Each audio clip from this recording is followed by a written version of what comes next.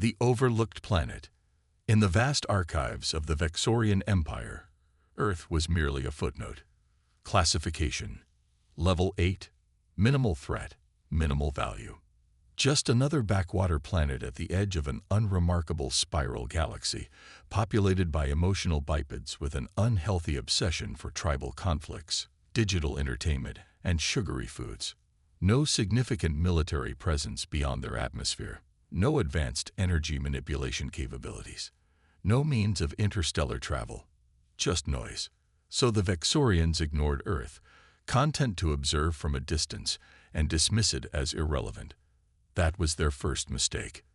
Their second came when a routine surveillance drone passed through Earth's solar system and never reported back. At first, there was no concern. Equipment malfunctions happened. Space debris, solar flares, quantum anomalies. All plausible explanations. When a retrieval team was dispatched and also vanished without a trace, High Commander Vex Toral began to pay attention. "Send a reconnaissance squadron," she ordered. "Full defensive capabilities. I want answers." 12 warships, the pride of the Vexorian scout fleet, vanished just like the others. No distress signals. No wreckage. No explanation. Just silence. For the first time in 8 centuries, the High Command felt something unfamiliar. Uncertainty. "Impossible," Vex Toral hissed, her scales shifting from royal blue to a troubled gray. "Earth is primitive. Pathetic, even." But something wasn't adding up. Their long-range scans showed nothing unusual around Earth. No weapons platforms, no defense grid, no battle debris. Earth's orbit appeared strangely clean, as if meticulously maintained. "Deploy deep space probes," Vex Toral ordered. "Full spectrum analysis. I want every particle examined." The probes found nothing, but their signals triggered something unexpected on Earth. Dr. Elena Reyes was nobody important by most standards. Just another systems analyst working at a research facility buried deep in the mountains of Colorado. One of thousands of similar facilities quietly constructed over the past 20 years across the globe. Her job involved monitoring signal anomalies and reporting them up the chain of command. Routine work, until one morning when she spotted something unusual: signal echoes bouncing back from high orbit, responding to something out there. Elena leaned closer to her screen, brows furrowed. The signal wasn't alien in origin. It was definitely human-made, but masked beneath layers of ambient radiation patterns. Someone was communicating with whatever was in orbit, hiding their response in what would appear to be background noise. "Director," she called through the secure line, heart racing. "I've detected unusual signal patterns. Something's out there, and we're talking to it." Silence greeted her. Then a calm voice replied, "You were never meant to see that, Dr. Reyes." The connection terminated. The lights flickered momentarily. Elena sat frozen, realizing too late that her facility wasn't just monitoring signals. It was part of something much larger. In orbit above Earth, a vessel observed. It wasn't Vexorian. It didn't match any known alien design. Its surface absorbed light rather than reflected it, angular and predatory in its silence. Inside sat a figure, human in origin, but transformed.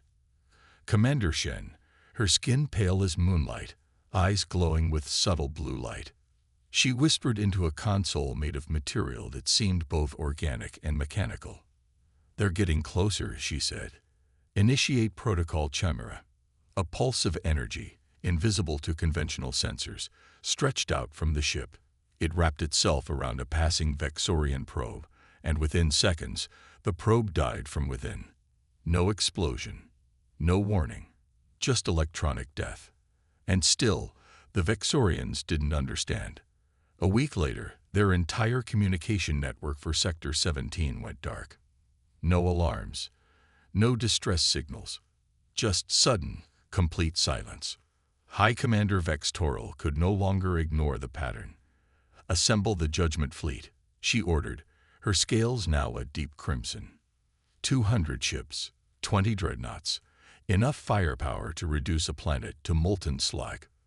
Their orders were clear: make contact with Earth, assess the threat, eliminate if necessary.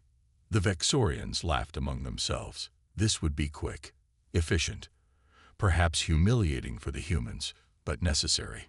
It's just humans, they reassured themselves. Primitive apes playing with electricity. They had no idea what Earth had become, or what it had been hiding beneath its seemingly unremarkable surface. The Judgment Fleet entered the solar system without resistance. No defensive satellites challenged them. No warning signals demanded their retreat. Earth simply continued its peaceful rotation, blue and green and utterly unimpressive to the Vexorian commanders watching from their command centers. This is what destroyed 3 scout teams. Admiral Zex-Koroth scoffed, mandibles clicking in derision. We should glass it from orbit and be done. But protocol demanded contact first. The Empire, even in its arrogance, maintained precise records of its conquests. A delegation shuttle was dispatched, 2 ambassadors, a language specialist, and a planetary assessment team. They never reached the surface. One moment the shuttle was descending through Earth's upper atmosphere. The next it simply vanished from the fleet's sensors. No explosion, no debris, nothing. Alarms blared throughout the command ship. Zex-Koroth ordered a full sensor sweep, but before the results could be processed, the outermost ship of the fleet, the Stellar Talon, went dark. All systems shut down simultaneously. No life signs, no power. For a breathless moment, the massive warship drifted silently. Then it collapsed inward, as if crushed by an invisible hand, and vanished from existence. Zex-Koroth's talons dug into the arms of his command chair. "Impossible," he whispered. "No weapon could breach our defenses undetected." Nothing had visibly changed on Earth below. No missiles had launched. No energy weapons had fired. The planet appeared exactly as it had before, peaceful, blue, primitive. But then the fleet's sensors detected something near Earth's moon. A distortion, barely visible against the black of space. Zex-Koroth ordered maximum magnification. There it was. Not a ship, not a station, but something like a skeletal framework folding in and out of reality itself. It hadn't just appeared. It had always been there, hidden in what humans once called quantum blind spots, places where observation itself failed. "Target that structure," Zex-Koroth roared. "All weapons. Destroy it." The fleet unleashed its fury. Plasma torpedoes, quantum disruptors, graviton beams, enough firepower to shatter a small moon. Every weapon passed harmlessly through the structure, as if it weren't there at all. On Earth, Elena Rice was running. After her discovery, armed personnel had stormed the facility. She'd been drugged, awakening in the back of a transport vehicle speeding through a tunnel she didn't recognize. Now she followed a stern-faced woman through corridors carved from solid bedrock, lit by strips of soft blue light embedded in the walls. The facility was massive, extending deep beneath what Elena guessed was the Rocky Mountains. "Who are you people?" Elena demanded, struggling to keep pace. "Government. Military." The woman glanced back, her expression unreadable. "Governments don't know we exist, Dr. Rice. We predate them by centuries." They arrived at a massive door marked with a symbol Elena didn't recognize. Not military, not corporate, something older and stranger. The woman placed her palm against a scanner, and the door slid open silently. Beyond lay a chamber that defied Elena's understanding. Circular, cavernous, filled with machinery that hummed with quiet purpose. In the center floated a perfect holographic representation of Earth, pulsing with a soft blue light. Around it orbited smaller projections, the moon, satellites, and the Vexorian fleet. "What is this place?" Elena whispered. "The truth, Dr. Rice," the woman replied, her voice steady. "We never reached the stars on our own. The stars reached us first." Elena turned, uncomprehending. "They came before," the woman continued. "Not the Vexorians. Something older. They altered us, enhanced us, placed dormant systems within our planet, and our very DNA. Then they left, but the systems remained, waiting to be activated. Why didn't anyone know? Elena asked, her mind reeling. Because the moment we activate these systems, we announce ourselves to the galaxy, the woman explained. That's what the Vexorians detected. That's why they're here. She gestured toward the holographic globe. And that's why, for the first time in millennia, we're activating everything. The lights dimmed. The holographic Earth flared brilliantly, and something deep beneath the planet's crust began to awaken. In orbit, panic spread through the Judgment Fleet as ship after ship lost control. Artificial gravity failed. Environmental systems went haywire. Navigation computers crashed. Something had infiltrated their systems, something that wasn't just disabling their technology, but learning from it, adapting to it. It mimicked crew voices, issued false orders, turned security drones against their operators. Admiral Zexkoroth tried to send a distress signal back to the Empire, but the message never left the solar system. It was intercepted, analyzed, and dissolved mid-transmission by the invisible web that had been gradually expanding around Earth for decades, perhaps centuries. This wasn't mere cloaking technology. It was something alive, aware, hungry. By the time the Vexorians realized they were caught in a trap, the trap had already closed. Inside the command bridge of the Imperial Fist, Zexkoroth's flagship, panic had evolved into primal terror. Not the fear of defeat. The Vexorians had tasted that before. But something deeper, more instinctual. The knowledge that they were not the apex predators here. Systems are compromised beyond recovery, his second-in-command reported, talons frantically working useless controls. They're rewriting our core programming with our own encryption keys. Zexkoroth slashed through a console panel in fury. Evacuate. All personnel to escape vessels. Abandon formation. But that command never reached the fleet. Across every ship, the same pattern repeated. Hyperdrives deactivated, escape pods locked down, life support systems began cycling erratically. And through every speaker, every communication channel, the same voice spoke, human, female, unnervingly calm. You should not have come here, it whispered. You were warned. What is this? Zexkoroth roared to the empty air. His answer came as a deep vibration that resonated through the hull of every ship. Not a sound, but something felt in the marrow of alien bones. It emanated not from Earth, but from the moon. In a chamber buried beneath the lunar surface, something ancient stirred. The structure wasn't metal or stone, but built from material no Vexorian science could classify. It had been placed there eons ago, long before humans walked upright, left in dormant vigilance. It had one purpose, to awaken when Earth faced genuine threat. Now it pulsed with renewed energy, drawing power from networks of machinery buried beneath Earth's oceans and deserts. Technology not made by human hands, but protected by human guardians for thousands of years. Hidden in myth, dismissed as legend, guarded by those who knew the truth. The Silent Empire. Helena stood in the heart of humanity's greatest secret, watching the holographic display as Vexorian ships began to turn on each other. What appeared to be malfunctions were actually precise attacks. Ships firing on their companions, vessels ramming into one another, defensive systems targeting their own fleet. This was the plan all along, she asked, horrified and fascinated simultaneously. Not the plan, the woman replied. The failsafe. The truth is, Dr. Rice, we never defeated the ancients who placed these systems here. We survived them. Why me? Elena asked. Why show me this? The woman's expression softened slightly. Because you saw the signal without looking for it. The system chose you. She gestured to a door that hadn't been visible before. And now you have a choice to make. The door opened to reveal a smaller chamber. At its center stood a chair unlike anything Elena had seen. Not metal, not plastic, but something that seemed to shimmer between states of matter.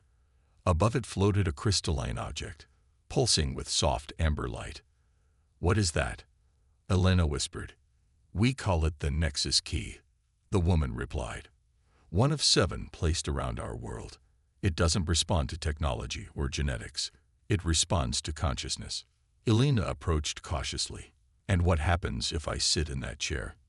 "You become more than you are," the woman said simply. "You help us save humanity." In orbit, what remained of the Vexorian fleet had abandoned any pretense of military discipline. Ships attempted desperate escape maneuvers, firing blindly into space, trying to break free of Earth's gravitational influence. The few functioning jump gates outside the solar system's edge had been sealed, taken over by Earth's defense grid, or whatever now controlled it. The voice continued to speak through their systems, now accompanied by visual displays on every screen. What the Vexorians saw wasn't military propaganda or threats. It was human history, not the sanitized version in their imperial archives, but raw footage of humanity's darkest hours and brightest triumphs.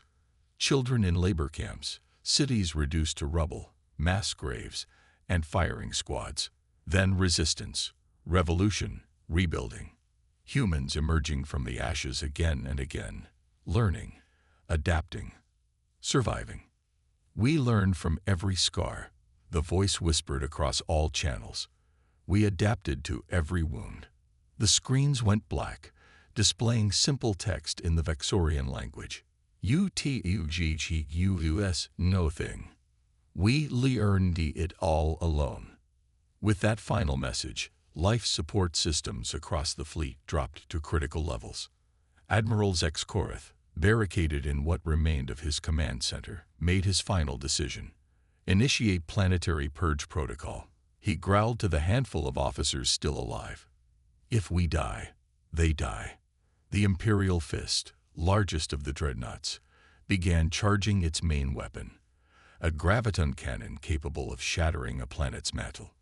This was the Vexorians' final solution for dealing with problematic civilizations, one they had used before on countless worlds. As the weapon charged, a new presence entered the system.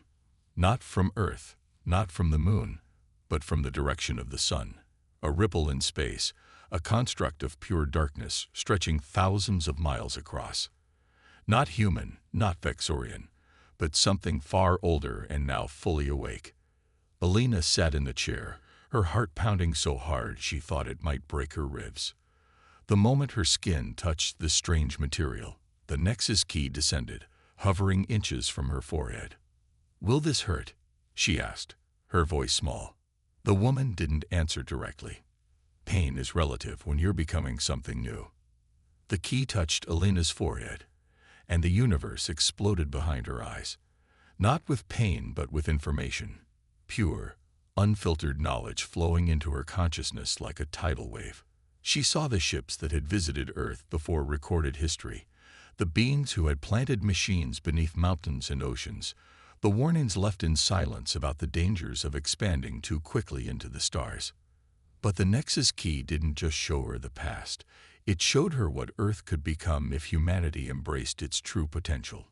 In that moment, Elena made her choice. Her body lifted slightly from the chair, eyes glowing with amber light. Veins beneath her skin pulsed with luminescence, neural pathways rewiring, consciousness expanding beyond the limits of human perception. Elena Reyes still existed, but she was now infinitely more. Every satellite, every defense system, every quantum processor scattered across Earth, and the moon responded to her thoughts like extensions of her own body. She could see the world in layers, electromagnetic fields, thermal signatures, quantum states, all simultaneously. She sensed the Vexorians in orbit, felt their fear, their confusion, their stubborn refusal to accept that they had miscalculated so catastrophically. These weren't the monsters of human nightmares. They were bureaucrats with weapons, conquerors blinded by their own mythology. For a moment, she almost pitied them. Then she felt the graviton cannon charging, aimed at Earth's heart. With a thought faster than any spoken command, Elena reached across space. Not with weapons or shields, but with something the ancients had left behind. a hand made of pure energy that stretched across the void to grasp the Vexorian dreadnought's weapon mid-charge. The bridge crew of the Imperial Fist froze as every light dimmed. Every screen went dark. A single word appeared, spoken in a voice that resonated in their very nervous systems. Enough. Across the galaxy, at the heart of the Vexorian Empire, something unprecedented was happening. Relay stations along the main trade routes went silent. Communication hubs lost connection. Sensor arrays failed. The High Command demanded status reports from the Earth Expeditionary Fleet. They received only static, and buried within it, a human voice. Calm, measured, inexorable. We witnessed what you did to others. We felt the silence you brought. Now experience it yourselves. The message ended with a sound no Vexorian could identify. A steady rhythmic pulse. A human heartbeat. Back on Earth, in what had been the command center, the woman watched Alina, or what Alina had become, with quiet reverence. "Will we survive this?" she asked. Alina didn't answer immediately. Her consciousness spread across light years, simultaneously present in thousands of places. When she finally spoke, her voice carried new harmonics. "If we don't, neither will they." And somewhere in the vastness of space, a new signal pulsed outward, reaching toward civilizations the Vexorians had conquered, subjugated, or threatened. It carried a simple message. Earth is not what you believed it to be. Neither are we. The stars had never been this silent before. Throughout the Vexorian Empire, colony worlds once thriving with commerce and military activity went dark one by one. No distress calls, no battle records, just signals fading out like candles extinguished by an unseen wind. At first, they blamed Earth directly. Then they blamed infiltrators. Finally came the terrifying realization that something was systematically dismantling their empire, and it wasn't asking permission or offering terms. In the Grand Assembly Hall on the Vexorian homeworld, High Commander Vextoral faced the assembled Council of Elders, her scales now ash-gray with dread. "What have we awakened?" asked the eldest, his voice barely a whisper. Before she could answer, every light in the chamber darkened. Every screen activated simultaneously, showing the same image. A human figure, female, eyes glowing with amber light. "You classified Earth as a minimal threat," Alina's voice echoed through the hall. "A fundamental error in your assessment." Vextoral stood defiantly. "What do you want? Resources? Territory? Name your terms." "We want nothing from you," Alina replied, "except understanding." The screens shifted to show the Judgment Fleet, now hanging motionless in Earth's orbit. Intact but powerless, crews alive but unable to control their ships. "Your people will be returned to you," Alina continued. "Your ships will be allowed to leave our system with minimal functioning capabilities. They will carry this message." The screens changed again, showing a simple star map with Earth highlighted. "This system is now under protection, not human protection. Something older, something that was here before either of our species learned to make fire. It has chosen us as its voice. Remember this." The transmission ended abruptly. Throughout the Vexorian Empire, systems began to come back online. Communications, power, life support. But military capabilities remained locked, defense grids unresponsive. They had been neutered, not destroyed. The message was clear. The Vexorians could live, but they could no longer threaten. 6 months later, Alina Reyes stood on a mountain peak in Colorado, looking up at the night sky. She appeared human again, mostly, though her eyes still carried a faint amber glow in darkness. "They're coming, aren't they?" asked the woman who had guided her to the Nexus key, now standing beside her. Alina nodded.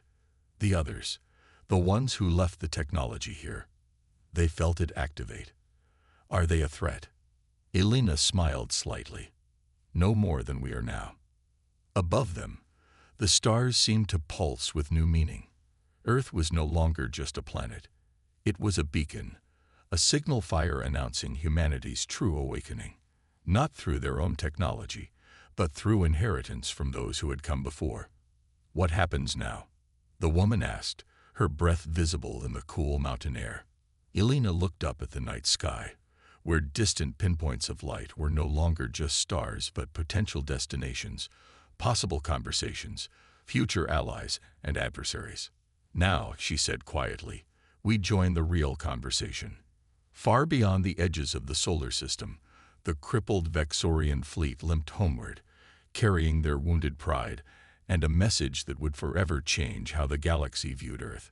No longer a backwater planet of emotional bipeds obsessed with tribal conflicts and sugary foods. Now they understood the truth that had been hidden in plain sight.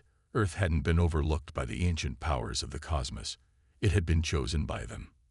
And in the vast archives of the Vexorian Empire, Earth's classification was quietly updated. Level 1. Maximum threat. Maximum value. Approach with extreme caution. Contact only with permission. In the depths of interstellar space, something stirred. Ancient beings sensed the activation of systems long dormant. Technology they had left behind as seeds now bloomed into unexpected forms. Their human guardians had done more than survive. They had transformed the gift into something new, something neither wholly human nor purely ancient technology. As they altered course toward the small blue planet they had visited eons ago, a question passed between them. Had they created guardians for their technology, or had they merely awakened something that was always meant to rise? Either way, the galaxy would never be the same, and neither would humanity.